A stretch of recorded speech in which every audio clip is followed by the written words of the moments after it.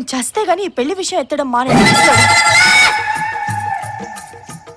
అంటే ఈ పిల్లకి ఇంకా పెళ్లి కాలేదన్నమాట. హలో, ఇక్కడ కంగారు పడకండి, నేను మీలాంటి మనిషినే. I'm not a jungle man, I'm a gentle man. అవును, ఇందాక చచ్చిపోవాలంటున్నారు. మీకెలా తెలుసు? నాకన్నీ తెలుసు. ఇందాక మీ వెనకే ఉన్నా, అందుకే విన్నా. మీరు చాలా తమాషాగా మాట్లాడుతున్నారే. ఇంతకీ మీరు విషయం చెప్పలేదు. మీరేమైనా దేవుడా నా సమస్యలు పరిష్కరించడానికి? దేవుడు మీలాంటి వాళ్ళ కష్టాలు తీర్చడానికి నాలాంటి వాళ్ళని పంపిస్తూ ఉంటాడండి. మీరు విషయం చెప్పండి. మీరెవరో తెలియకుండా నా సమస్యలు ఎలా చెప్తానండి? ప్రాబ్లమ్స్ తీర్చడానికి పరిచయం ఎందుకండి? మీరు ఎవరో ఏంటో తెలియకుండా నా సమస్యలు ఎందుకు చెప్తాను? ఇప్పుడు నా కథ కొంచెం లెంత్ ఎక్కువ అండి, చెప్పడానికి టైం పడుతుంది. ముందు మీరే మ్యాటర్లోకి వచ్చేయండి. మా తాతయ్య పెళ్లి చేసుకోమని ఒకటే నస పెడుతున్నాడండి. అవును, వయసులో ఉన్నారు, అందంగా ఉన్నారు, పెళ్లి చేసుకోవాలి. అది కాదండి, నా భావం తప్ప నేను ఎవరిని పెళ్లి చేసుకోనండి. మళ్ళీ బాబు ఫిట్టింగ్ ఏంట్రా బాబు, నాకు ఈ జీవితంలో పిల్ల దొరకదా? మీ బావనే చేసుకోండి, ఎవరిని కాదన్నారా? మా బావ కనిపించట్లేదు, వెతకాలి. ఓహో, ఇప్పుడు అంత మచ్చాన్ని తేడనుమా? మచ్చానా? అదే మీ బావని వెతకాలా? అవునండి, మా బావ 5 ఏళ్ల వయసు నుంచి కనిపించట్లేదు. మా తాతయ్య ఏమో చనిపోయాడంటున్నాడు, కానీ నా మనసు చెప్తోంది తను బతికే ఉన్నాడని. అయితే ఆ బావెవడో తెలియదన్నమాట. ఇదే మనకి మంచి అవకాశం. ఇంకా 2 రోజులే టైం ఉంది.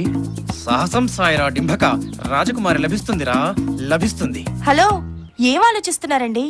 ఇప్పుడు మీ బావ చిన్నప్పటి ఫోటో ఏదైనా ఉందా? ఎందుకు? ఎందుకేంటండి, ఇది కంప్యూటర్ యుగం.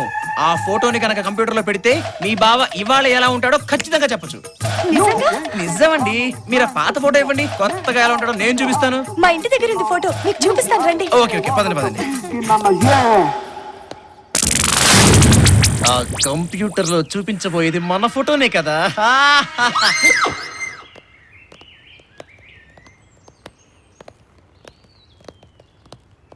శభాష్, మీ విశ్వాసాన్ని నిలబెట్టుకున్నారు. చెప్పినట్లే వివేక్ ని తీసుకొచ్చారు. సారీ మేడం, మీ వేసిన గుట్టలోనే మీరు కాలేశారు. ఏంటి నువ్వు అనేది? అవును మేడం, వీడు వివేక్ కాదు, వినోద్.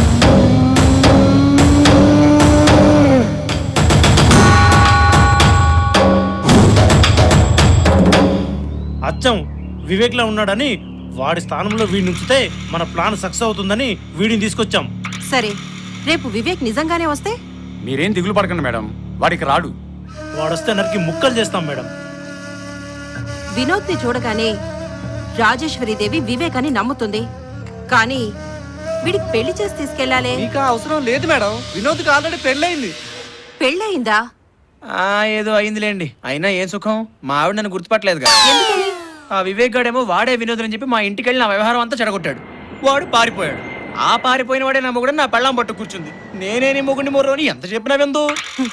ఇది పెద్ద సమస్యే కాదు. నీ భార్యని నిన్ను కలుపుతాను, నేను చెప్పినట్టు చేస్తావా? నా భార్య నన్ను కలిసేట్టు చేస్తే మీరు ఏం చేయమన్నా చేస్తాను. మాట తప్పవుగా? మా ఆవిడ మీద ఒట్టు. పోనో పని చేయండి, నేను మాట తప్పితే మళ్ళీ మా ఇద్దరిని విడదీయండి.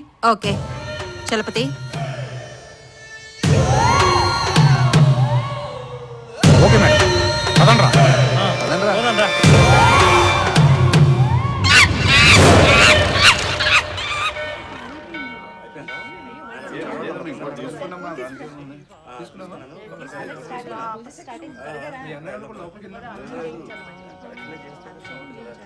అత్తయ్య, ఆయన వస్తారంటారా?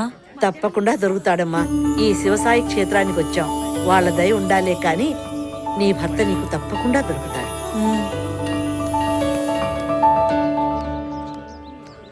అత్తయ్య, అటు చూడండి.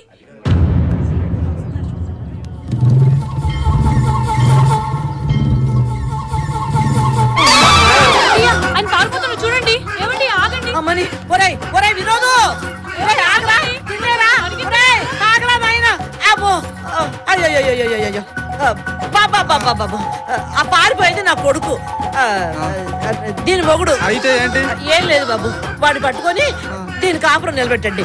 వెళ్ళండి, వాడిని పట్టుకోండి బాబు, నీకు దండ పెడతాను. బాబు నువ్వు కూడా అరే పదండ్రా.